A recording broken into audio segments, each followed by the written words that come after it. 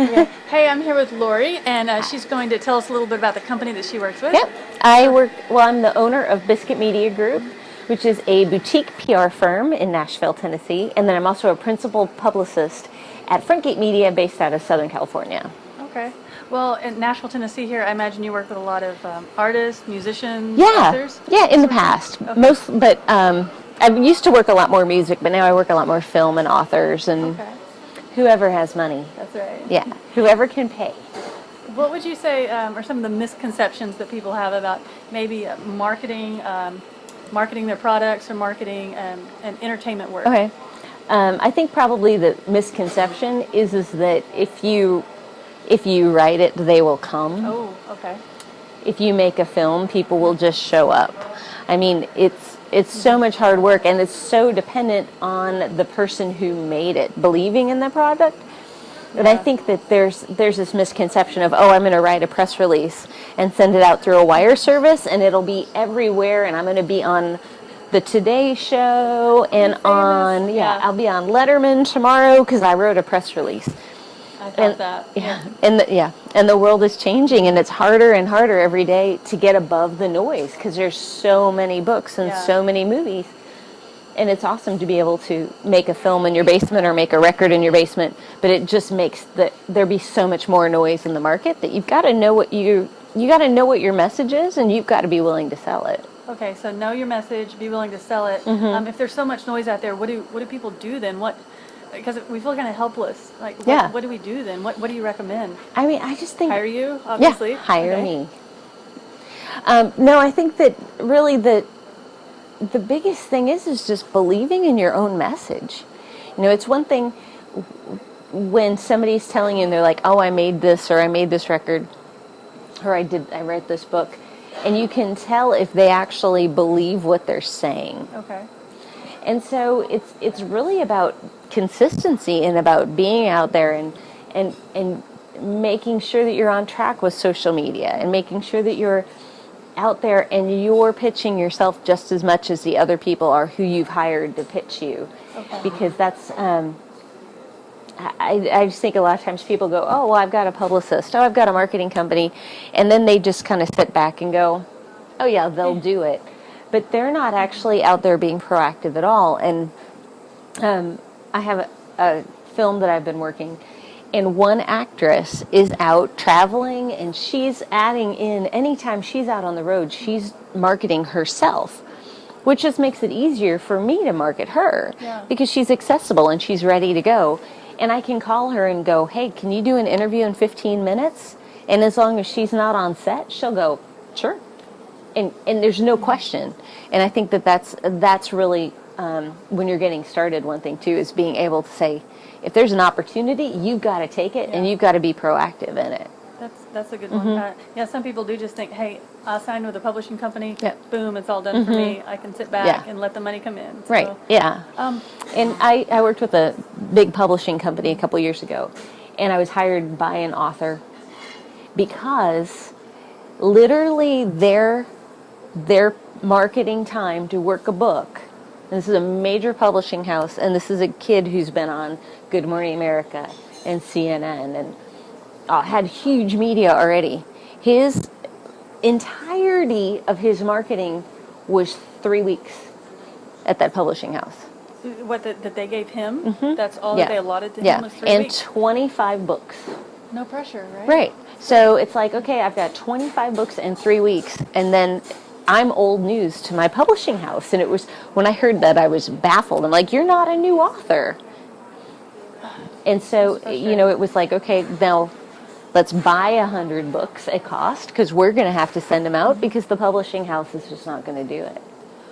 Well, what about those of us that aren't famous yet? Like, if we're just starting out and doing it all ourselves. I know when I started, I was very frustrated because I would send out press releases and all this stuff and just be completely ignored because no one knew who I was. What, for people in that situation who don't have a huge company backing them, what do you recommend? How do they get off the ground? Believe in their product, but then how do they get noticed or get out there? How do they promote their stuff? That's a loaded question. Oh, okay. Yeah. Well, but okay. That's what we want to know. Yeah. That's the good stuff. How do you do that? Press releases. If it's not news, don't press release it. That's a big one. I mean, because these writers get hundreds and hundreds and hundreds of things that come across the wires and through their email and phone messages every day. First off, if a media outlet doesn't get back to you, that's not personal. And I think that's the first real thing is there's nothing personal in publicity and marketing. Okay. If you get a no, it's not a personal thing. They just know their market or what they're doing. And turnover sometimes is, hey, we need an interview today. Sometimes it's, we need an interview 9 months from now, and you're not going to hear from them for 9 months. So you just never know, first off, when you're pitching yourself, how far that reach is going to go. Because it could come back in a year, and they say, hey, we put you in our, we knew we were going to talk about this, we just didn't know when, so we've been holding your press release. But I guess the big thing is, it's got to be newsworthy. It can't be, hey, I wrote a book, and you should buy it. It's like, I wrote a book. That's not going to take off? No, but I wrote a book and a section of the proceeds are going to support this natural disaster that just happened. Or I wrote a book because of this that is timely. Okay, timely stuff. Yeah, okay. So wire services, the real good ones, a lot of times they'll even hold a press release. Even though you're paying $500 to have them send it out, they'll sit there and go, but this isn't newsworthy. There's no reason that this press release needs to go today. Okay. So if you're sending out a press release, you need to have it be a time frame, not just like a, hey, I'm throwing it out there. It's like, this is applicable today because. Okay. And so that's always a really important part. A tie-in with things that are going on then? Yeah. Okay. Also, too, I think when you're sending an email, it's all about that subject line being interesting. You've got to get them catchy. to open their email. That's the first thing. You have to have something interesting in there. Yeah.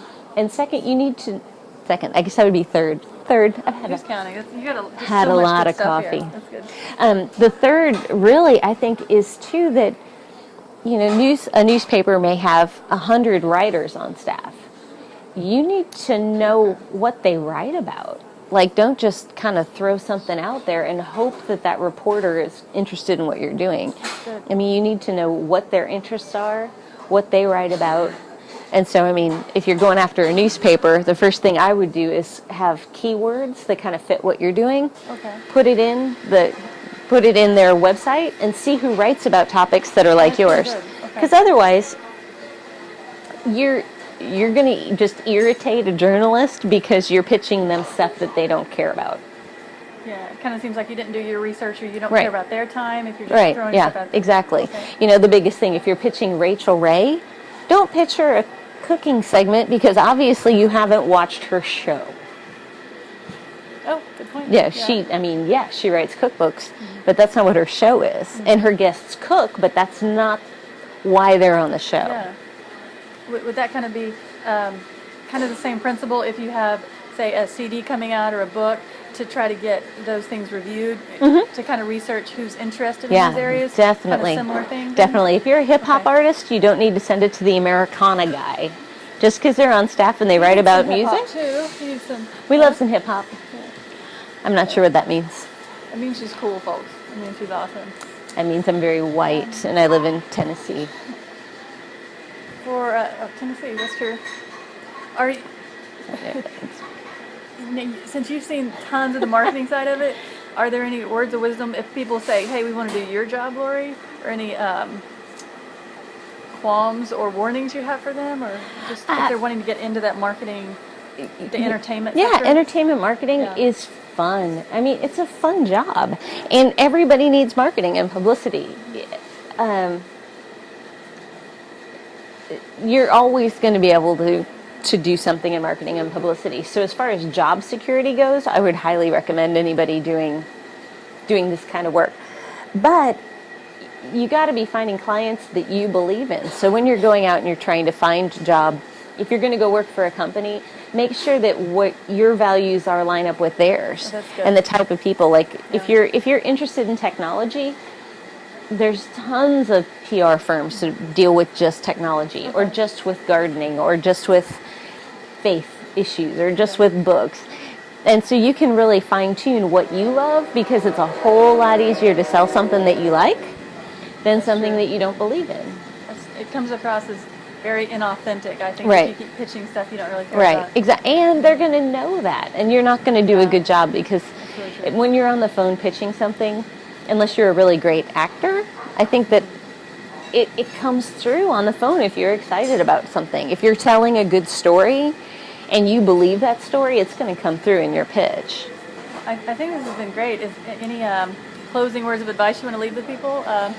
You at least need to tell them how to get a hold of you if they need you for, your expertise. Closing words of wisdom. advice. If you want to be on the other side of the table, like you have a product that you want to sell and have people market for you, you have to be willing to work harder than everybody that you hire. And I think that's to get started. Down the road, that's a different story. Like once you're known, then that's a little bit of a different thing. But to get going, you have to be willing to put in more time and more energy than the people that you hire. And by you doing that, you're going to make all the people that you hire work harder for you because you believe it. And they see you being proactive and they're going to be proactive. So I guess that's my big word of wisdom. And believe in the products. If you're going to try and go into the other side, believe in who you're pitching. Because it'll come through to journalists. If you don't like something, they're going to know. And I'm available to be reached at Lori, Lori, at biscuitmediagroup.com, which is BISCUIT, Media Group. Not like Bisquick, like biscuit and gravy. Awesome. Yeah. I'm so glad you chatted with us today. Thank you. This is real advice, not from a textbook that's really old, but like the real deal. She's the real deal. I put a lot of marketing stuff up on my Twitter feeds also. Okay. So if you ever like I'm Put your always info on, up. on. Look her up on the Twitters. Yes, on the Twitter sphere. Lori, I'm at Lori Lenz is my personal one, Lenz, and at Biscuit Media. We'll get all that for everybody. Yeah. Thank you so much. Thank you. Yes.